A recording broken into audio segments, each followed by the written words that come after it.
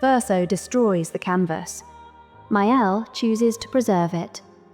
2 endings, 1 world. So the question isn't who won, it's what does it actually mean for something to be alive? And when a world can feel real, was ending it mercy or genocide?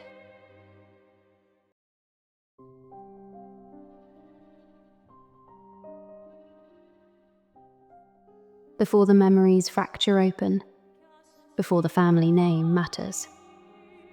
She is Maelle. And Maelle grows up in Lumiere under a sky that counts down. Every year a number is painted. Every year that number means disappearance. Not metaphorically, not symbolically. People vanish. Friends, neighbours, family. The gommage is not a distant myth in her childhood. It is routine. It is structure. It is the rhythm of existence. Maelle does not grow up believing the world is safe. She grows up believing it is temporary. That matters. Because when your entire life is defined by impermanence, you don't cling to philosophy. You cling to people. And that is what the expedition becomes. Not a heroic crusade, not destiny, but purpose. The expedition is the first time Maelle belongs to something that moves forward instead of waiting for erasure. She leaves the city knowing most expeditions fail, and she still goes. Inside the canvas, she doesn't wander through an abstract construct. She bleeds there. She watches companions fall. She watches others stand back up. She sees fear. She sees sacrifice. She sees people choosing to fight, even knowing they might be erased next year anyway. That is not illusion to her. That is lived experience. And lived experience builds attachment. The canvas stops being a battlefield. It becomes shared history. Every campfire conversation, every narrow survival, every loss, every moment of quiet before another confrontation. Those are not theoretical to Maelle. They are formative. By the time deeper truths begin surfacing, about the family, about the origin of the world, about memory, Maelle has already spent years inside it. She has already constructed identity within it. And identity is not erased by revelation. It resists it. This is the critical fracture point. Because when Alicia's memories begin returning, they do not replace Maelle. They collide with her. Alicia remembers a different world, but Maelle has lived this one.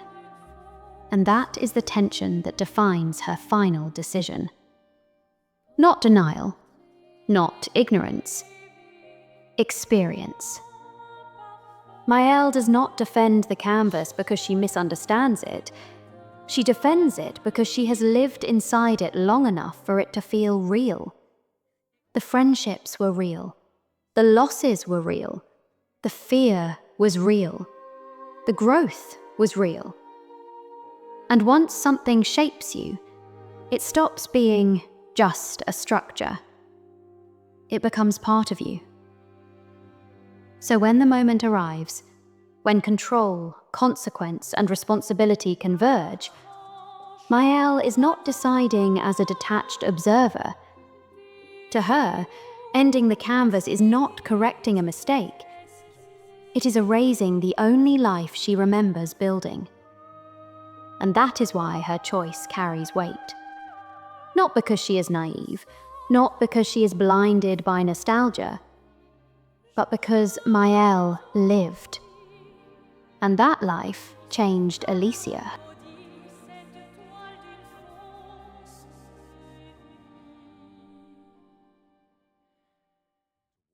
Verso is not introduced as a mystery, but as a presence, a fighter. He doesn't sell you an ideology or posture as a leader. He shows you a pattern. He steps in first and stays close to the people who matter. And from the story's foundation, the person who matters most is Alicia. Before the canvas, before the expedition's myth, there is the real-world event the story circles back to. Verso dies trying to save his younger sister from the house fire. That is the core fact the entire Dissandra tragedy hangs on. When the game reveals the Verso you travel with is not the original, it does not dismantle that foundation. It reframes it. Verso in the canvas is a painted mirror, a continuation. The canvas does not create random replacements, it preserves essential selves. Renoir is the proof. He remains anchored to the same principle of guarding the family, expressed through the logic of the canvas. If Renoir can be painted and remain Renoir in essence, then being a copy does not make Verso less Verso. It makes him Verso, preserved inside a different rule set. The painted Verso and Renoir are immortal inside the canvas, forced into a condition the real-world Verso never chose. He already paid the full cost once. He already had an ending. Inside the canvas, he doesn't get that closure by default. He persists, and persistence, sometimes, is just endurance. In Maelle's ending, when Verso falls and asks her to unpaint him, it is a thesis about his fear. Repainting is how the canvas refuses finality. He is protecting her from becoming trapped in the same suspended existence he has been condemned to. In the Verso ending, you force Maelle out and allow the last piece of the real Verso's soul to finally stop painting, which destroys the painted world and everyone inside it. This is the ultimate expression of his instinct, twisted by the canvas's rules. The canvas was originally his, painted by the real Verso and sustained by what remained of him. As long as it stands, the world remains tied to the Dissandra family. He is closing what was always his to close. In the fire, he saved one life. At the end of the painted world, he saves the future, Alicia's future, from being trapped inside the canvas.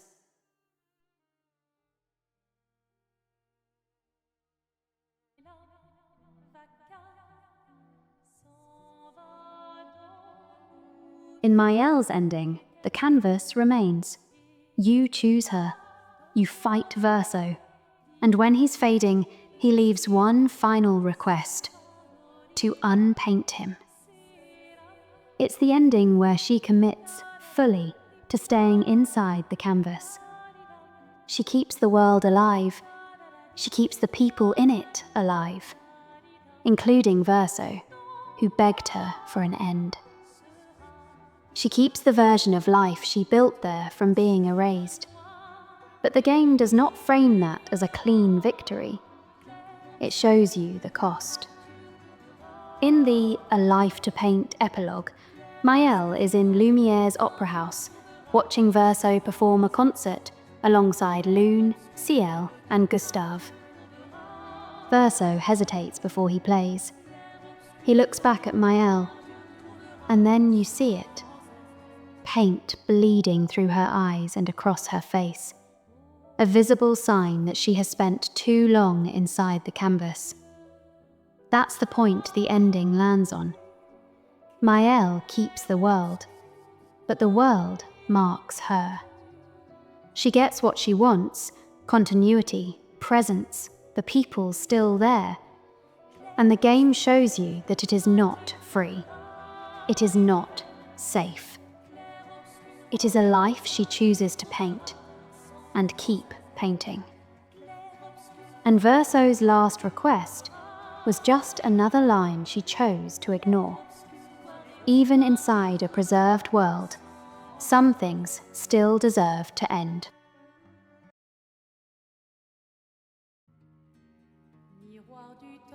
In Verso's ending, the canvas is not a sanctuary you can keep.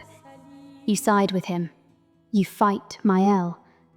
And when it's over, the game does not frame the outcome as a triumph. It frames it as a return to the real world, where grief cannot be repainted, and those we've lost do not reappear simply because we wish them to. That is the core of the epilogue. We see the Descendre family at Verso's grave, Renoir holding Eline. They stand reconciled over the one death they could never undo. The game heavily underlines the cost of this choice. The companions who existed within the canvas are gone, gommaged alongside its collapse, erased for good. Yet the ending does not leave you only with absence. As the family turns to leave, Alicia catches a final glimpse of those companions as they fade away. It is the story's way of acknowledging the loss without pretending it can be recovered. This is the argument A Life to Love makes through its imagery. You don't get to keep everything. You must forfeit the world that made loss optional. What you gain instead is reality, a place where love has consequences and where grief must be carried rather than rewritten.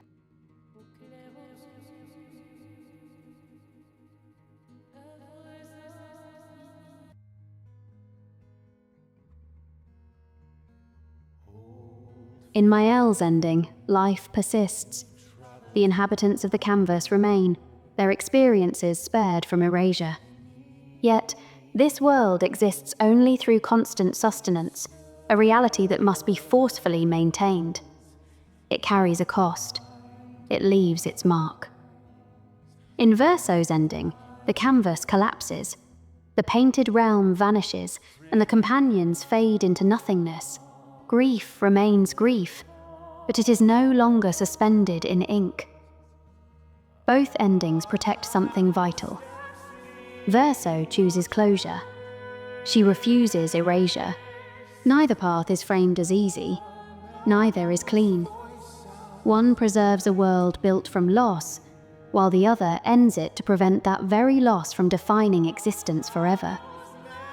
The question, then, is not which ending feels better, but this: what constitutes a life? Is it persistence, autonomy, the capacity for growth? Or is it the dignity of an ending? Standing there, with the canvas before you, who do you believe was right? And more importantly, what do you believe life actually is?